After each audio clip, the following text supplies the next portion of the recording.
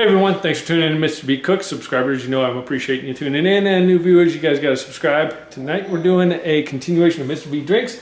We're gonna make a pineapple upside down cake martini. Glass, maraschino cherry in the bottom.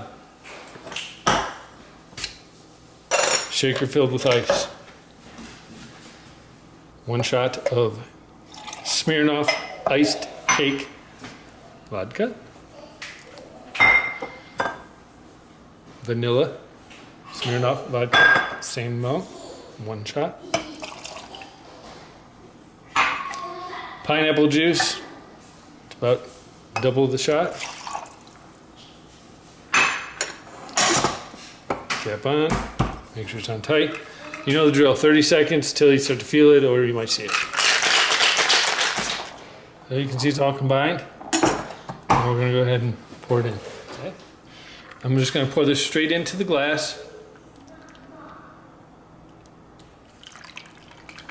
Right. Now the fun part. I've got a spoon. I'm going to just set this across here like so.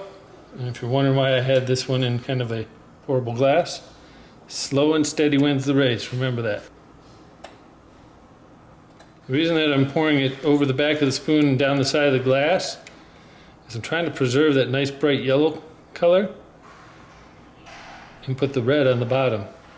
It's called layering a drink.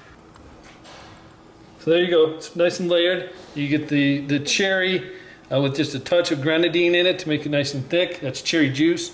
And then you got that nice pineapple and vodka mix.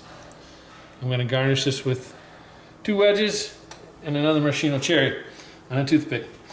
That's really all there is to it, guys. It's a tasty drink, and you could sprinkle some brown sugar on there if you really want to try to get more pineapple upside down cakey.